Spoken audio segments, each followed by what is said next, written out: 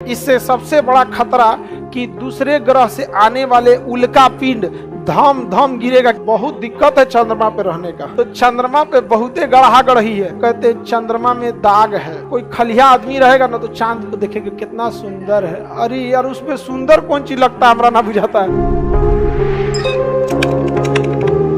पृथ्वी का जीवाश्म चंद्रमा को कहते हैं। रात की रानी चंद्रमा को कहते हैं।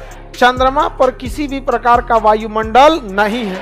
इससे सबसे बड़ा खतरा कि दूसरे ग्रह से आने वाले उल्का पिंड धम धम गिरेगा। किस पे? चंद्रमा पर। बेचारा पे कितना चोट लगता होगा चंद्रमा पे, सोचिए। हाँ, बहुत दिक्कत है चंद्रमा पे रहने का। चंद्रमा पे रहना ठीक नहीं है, खतरे से खाली नहीं है। क्यों? क्योंकि चंद्रमा के बाहर वायुमंडल नहीं है। और यह वायुमंडल न होने के कारण क्या हमारी रक्षा इस उल्का पिंड से हो पाएगी? तो चंद्रमा पर उल्का पिंड से रक्षा करने वाला कोई नहीं है। यानी आप वहां चलते फिरते रहिएगा, धड़ाम से गिरेगा उल्का पिंड, धंस जाइएगा, खोजेगा कोई बाहर। कहाँ गया सुरेंद्र धंस गया।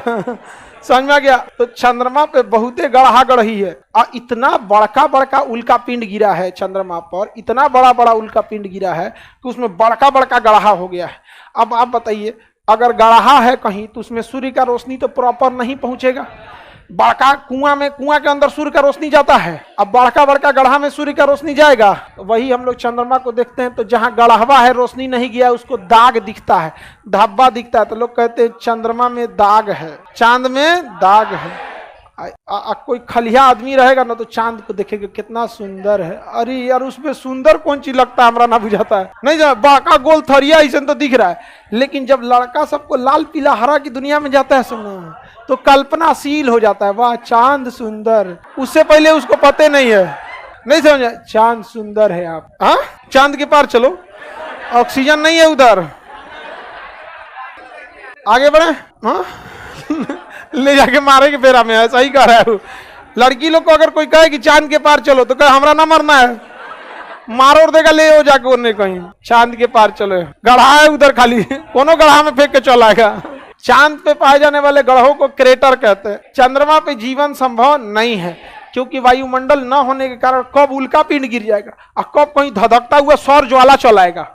अरे वायुमंडल रहेगा तब ना उसको बाहर कर देगा। ऑरोरा ओरियोलिस, ऑरोरा बोरियोलिस, कहीं झुलस के मरेगा कभी आदमी, कहीं दबा के मरेगा। अच्छा, वायुमंडल न होने के कारण ध्वनि उत्पन्न तो हो सकती है, सुनाई नहीं देगी, क्योंकि ध्वनि वायु के रास्ते या जल के रास्ते या ठोस के रास्ते ही जा सकती है। वहां वायुमंडल नहीं है तो ध्वनि उत्पन्न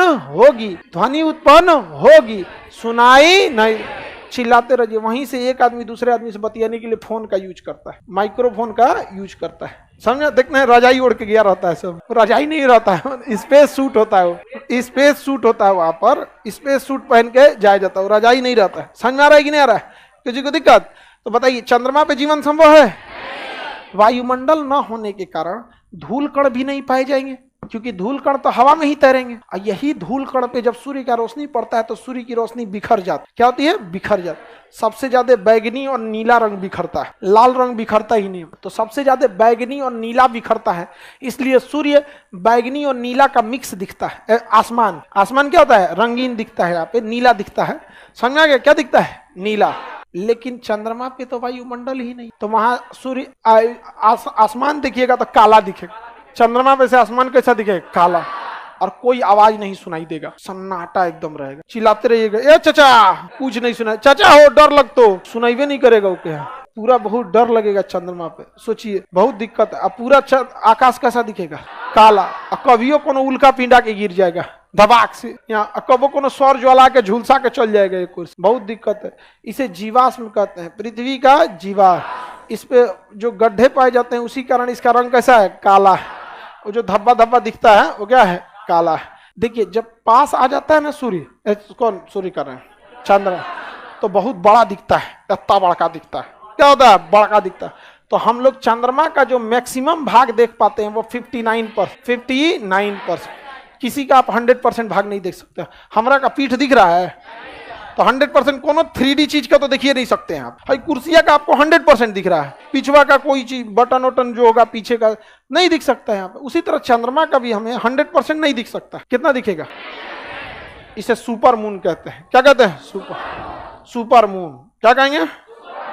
सुपर मून। क्या कहेंगे? सुपर। जिस दिन अमावस रहता है, अनहरिया अमावस, इसे कहते हैं न्यू मून। क्या कहेंगे? New moon. आज जिस दिन पूर्णिमा रहता है उस दिन फुल मून। कौन सा मून? Full moon. समझ में आ गया? और जिस दिन बाका दिखेगा, पास आ गया तो सुपर मून, पास आया तो गायब हो गया न्यू मून। New moon. अब बड़का पूर्णिमा, फुल पूर्णिमा, पूर्णिमा। भूत चुड़ैल ये सब निकलती है अमावस।